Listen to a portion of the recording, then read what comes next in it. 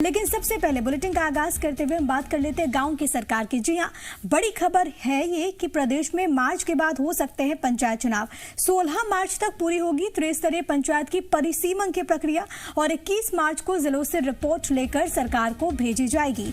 नए परिसीमन के बाद ही शुरू होगा पंचायतों का आरक्षण। प्रदेश में 2 साल से अटके हैं त्रिस्तरीय पंचायत चुनाव और इस बीच वैसे लोग जिनको नहीं पता कि परिसीमन क्या है उनके बारे में एक बार हम ये बता देते हैं कि परिसीमन दरअसल एक व्यवस्था होती है और आमतौर पर चुनाव से पहले परिसीमन होता है जिसके जरिए आप सीमांकन करते हैं। ये आबादी के हिसाब से और इसके अलावा भौगोलिक दृष्टिकोण से होता है जहां पर बंटवारा होता है, अलग अलग क्षेत्रों के लिहाज से सीमांकन किया जाता है। बिल्कुल, तो प्रदेश में मार्च के बाद हो सकते हैं पंचायत चुनाव। लगातार ये अटकलें लगाई जा रही थी कि आखिरकार कब वो वक्त आएगा जब पंचायत चुनाव होंगे। तमाम जानकारियों के साथ संवाददाता वासु चौरे हमारे साथ जुड़ रहे हैं।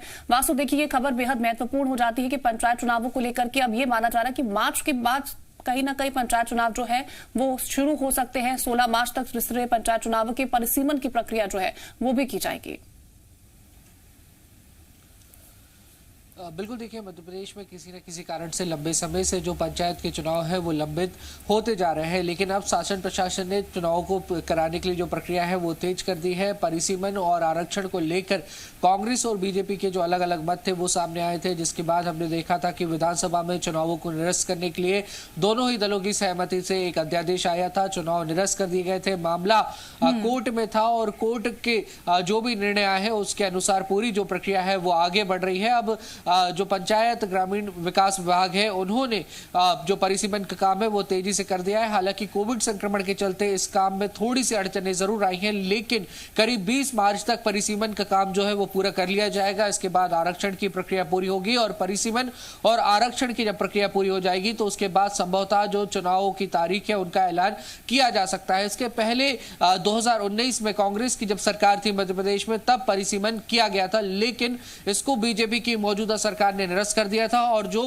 पिछला आदेश आया था, अध्यादेश जारी हुआ था पंचायतों के चुनाव को कराने का, वो 2014 के परिसीमन के आधार पर जारी किया गया था। लेकिन अब जो चुनाव होंगे वो 2022 के परिसीमन के आधार पर होंगे, 2022 के आरक्षण के आधार पर होंगे। तो संभवतः जो नए लोग हैं जिनके जो नए परिसीमन के अनुसार नए वार्ड में नए हम देख रहे थे गांव की सरकार को लेकर जंग तेज हुई थी, तो चुनाव आयोग ने पूरी तैयारी कर ली थी। डेट्स को भी अनाउंस कर दिया गया था जिसके अनुसार 6 जनवरी को भी वोटिंग होनी थी, लेकिन उसके बाद क्या कुछ हुआ सब इससे वाकिफ हैं। जो बड़ी बाधा इस बीच में आ रही थी वो परिसीमन को लेकर, जिसको सब लेकर सवाल ज्यादा उठाए जा रहे थे, जिसका आपने भी जिक्र किया कि 2019 का निरस्त किया गया था, और इसके अलावा रोटेशन को लेकर सवाल उठाए जा रहे थे। जाहिर है कि जब ये दोनों मसले सुलझ जाएंगे तो राहें और आसान हो जाएंगी।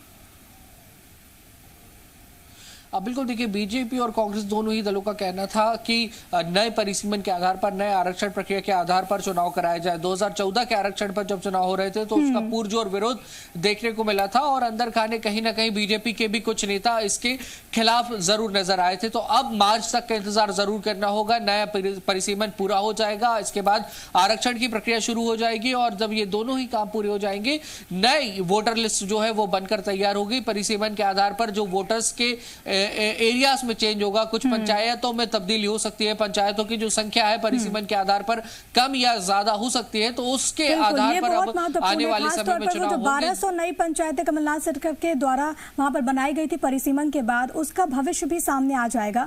वासु, आप हमारे साथ बने रहिएगा, खबरों में हम आगे बढ़ते हैं। खबरों में बने रहने के लिए आप हमारे फेसबुक, ट्विटर, इंस्टाग्राम पेज को फॉलो कर सकते हैं और ताज़ा अपडेट्स के लिए हमारे YouTube चैनल जी मध्य प्रदेश छत्तीसगढ़ को सब्सक्राइब कर सकते हैं। बेल आइकन दबाना बिल्कुल ना भूलें।